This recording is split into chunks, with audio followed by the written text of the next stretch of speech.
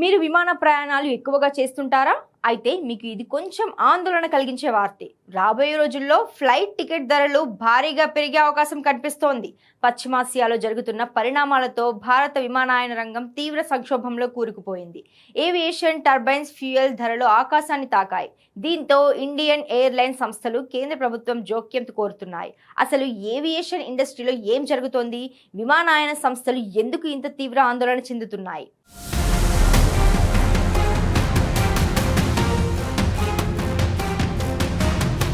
పశ్చిమాసియా సంక్షోభం భారతీయ విమానయాన సంస్థల పాలిట శాపంగా మారుతోంది. అంతర్జాతీయ మార్కెట్లో ముడి చమురు ధరలు పెరగడంతో విమాన ఇంధనం ధరలు కూడా అమాంతం పెరిగాయి. ఈ ధరల పెరుగుదల వల్ల దేశీయ విమానయాన సంస్థలైన ఇండిగో, ఎయిర్ ఇండియా, స్పైస్ జెట్లకు ప్రాతినిధ్యం వహిస్తున్న ఫెడరేషన్ ఆఫ్ ఇండియన్ ఎయిర్లైన్స్ పౌర విమానయాన మంత్రిత్వ శాఖకు అత్యవసర లేఖ రాసింది. సంస్థల నిర్వహణ భారం తడిసి మోపెడవుతోందని, ప్రస్తుత పరిస్థితి ఇలాగే కొనసాగితే విమానయాన సంస్థలు పూర్తిగా మూతపడడమో లేదా కార్యకలాపాలు నిలిపివేసే ప్రమాదం ఉందని హెచ్చరించింది. కేంద్రం వెంటనే జోక్యం చేసుకుని ఇంధన ధరల నిర్ణయ ఫార్ములాలను మార్చాలని కోరింది. సాధారణంగా ఏ విమానయాన సంస్థకైనా వారి నిర్వహణ వ్యయంలో ఇంధనం ఖర్చు దాదాపు 40% వరకు ఉంటుంది. కానీ తాజా ధరల పెరుగుదలతో ఈ భారం ఏకంగా 55 నుంచి 60% చేరుకుందని FIA ఆందోళన వ్యక్తం చేస్తోంది. కేవలం ఇంధన ధరలే కాకుండా పశ్చిమాసియాలో ఎయిర్ స్పేస్ ఆంక్షలు, పాకిస్తాన్ గగనతలంలో ప్రవేశంపై నిషేధం వంటి కారణాలు కూడా సంస్థలపై అదనపు భారాన్ని మోపుతున్నాయి. మే ప్రారంభంలో జరగాల్సిన నెలవారీ ధరల సవరణలో ATF ధరల కోసం ఒక నిర్దిష్టమైన మార్జిన్ బ్యాండ్ తీసుకురావాలని విమానయాన సంస్థలు కోరుతున్నాయి. అప్పుడే ఈ సంక్షోభం నుంచి కొంతమేర బయటకు పడగలమని సంస్థలు భావిస్తున్నాయి. విమానయాన రంగాన్ని కాపాడేందుకు కేంద్ర ప్రభుత్వం పన్నుల విషయంలో తక్షణ ఉపశమనం కల్పించాలని FIA డిమాండ్ చేస్తోంది.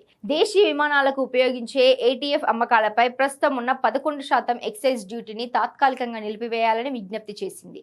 అలాగే దేశంలోని ముఖ్యమైన విమానాశ్రయాలున్న కొన్ని రాష్ట్రాల్లో ఇంధనంపై ట్యాక్స్ ఎక్కువగా ఉందని దాన్ని తగ్గించేలా కేంద్రం చొరవ తీసుకోవాలని కోరింది.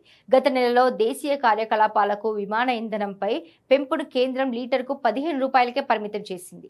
కానీ అంతర్జాతీయ కార్యకలాపాలకు మాత్రం లీటర్కు 73 రూపాయల మేర భారం పెరగడంతో విమానయాన సంస్థలకు భారీ నష్టాలు వాటిల్లుతున్నాయి. ప్రస్తుతం భారత్లో విమాన ఇంధనం ధరలను అంతర్జాతీయ సూచీ mean of plants Arab గల్ఫ్కు అనుసంధించారు.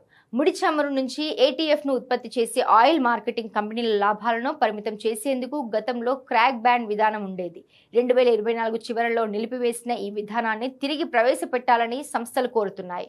Brent crude oil ధర బ్యారెల్కు $72 నుంచి $118 పెరగడంతో ATF ధర అమాంతం పెరిగిపోయి ప్రస్తుతం బ్యారెల్కు $235 వద్ద ట్రేడ్ అవుతోంది. ఈ తీవ్రమైన పరిస్థితిని ప్రభుత్వం వెంటనే సమీక్షించి పన్నుల భారం తగ్గించకపోతే విమానయాన సంస్థలకు ఫ్లైట్ టికెట్ల ధరలు పెంచడం మినహా మరో మార్గం కనిపించడం లేదు.